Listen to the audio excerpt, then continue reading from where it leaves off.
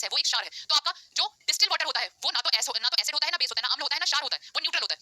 Lemon का juice sodium bicarbonate. अब आपको यहाँ पे देखना पड़ेगा कि लेमन जूस जितने भी खट्टे पदार्थ होते हैं वो उसमें एसिड होता है, लेमन जूस में सिट्रिक एसिड होता है, तो एसिड तो उसको ब्लू नहीं करेगा। तो अब आपके पास में क्या बचता है, सोडियम बाइकार्बोनेट। और इसी तरीके का क्वेश्चन अभी हमने पहले किया है। तो अगर मैं सोडियम बाइकार्बोनेट का फॉर्मूला हमारे पास में NaHCO3 होता है। अगर सोडियम बाइकार्बोनेट को पानी में मिक्स करते हैं तो हमारे पास में NaOH और H2CO3 आता है, जो कि हमने अभी पढ़ा था कि ये एक स्ट्रॉन्ग बेस है, यानी कि जो सॉल्यूशन होगा वो बेसिक होगा और वो लिटमस पेपर को ब्लू कर देगा। तो देखो कितनी कनेक्शन क्वेश्चन की, वो देखो कि आपकी डेली लाइफ से कनेक्टेड क्वेश्चन है, उसमें केमिस्ट्री मिला रखी है। अगर आपको पीआरटी लेवल के लिए चाहिए तो पर उससे थोड़े हाई लेवल के लिए फिर आपको कांसेप्ट पे आना पड़ेगा।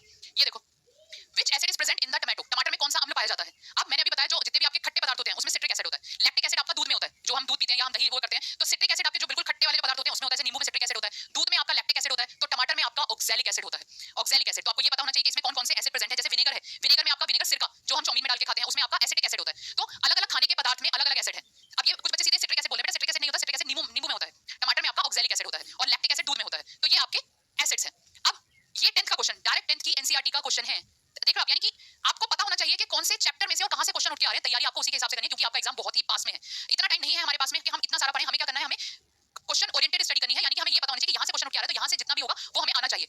अब देखो 10th क्लास की केमिस्ट्री में हमारे पास में बेकिंग सोडा भी था, बेकिंग पाउडर भी था, वॉशिंग सोडा भी था। बेकिंग सोडा और बेकिंग पाउडर हम बोलते हैं सोडियम बाइकार्बोनेट को, NaHCO3 को। ये हमारे पास में बेकिंग सोडा होते हैं। बेकिंग पाउडर में, बेकिंग सोडा में आप वो बिल्कुल प्योर फॉर्म होती है, बेकिंग पाउडर में उसमें और दूसरे कंपाउंड भी मिले होते हैं।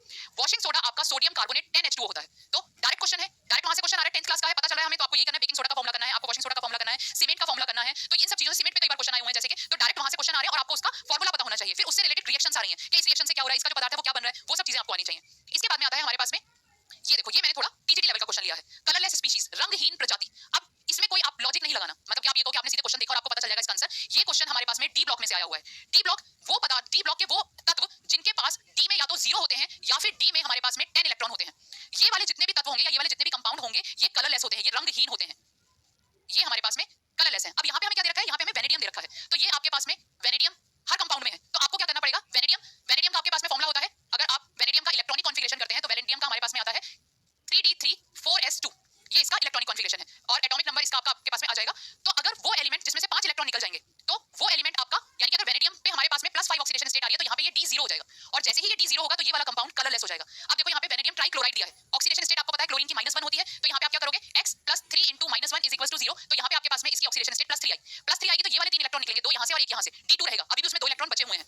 इसके बाद में आपके पास में VOSO4, यानी कि वेनेडियम का x माना, सल्फर का -2 होता है और SO4 का भी आपके पास में -2 होता है, तो टोटल आपके पास में आ जाएगा +4 आया, तब भी उसमें 1 इलेक्ट्रॉन बचा हुआ है, अभी भी वो कलर शो करेगा। पर जैसे ही हम इसका करते हैं, सोडियम का हमारे पास में +1 है, ये हमारे पास में 3 हो जाएगा, +x + 4 * -2, तो यहाँ पे आपके पास में x की वैल्यू +5 आएगी, और जैसे ही वो +5 आया तो D0 होगा और आपका कंपाउंड कलरलेस हो जाएगा। तो ये हमारे पास में डी ब्लॉक का क्वेश्चन है, कोऑर्डिनेशन कंपाउंड का 12th क्लास का। ठीक है, तो 12th क्लास का क्वेश्चन भी आपको पूछा हुआ है। अब ये देखो, ये आपके पास में जर्मन सिल्वर वाला ये क्वेश्चन हम आपका नेक्स्ट क्लास में डिस्कस करेंगे। अभी आपकी नेक्स्ट क्लास ले रहे हैं रोहित सर, और रोहित सर आपको फिजिक्स के PYQs कराएंगे। बाकी तैयारी करते रहो, टाइम बहुत कम है।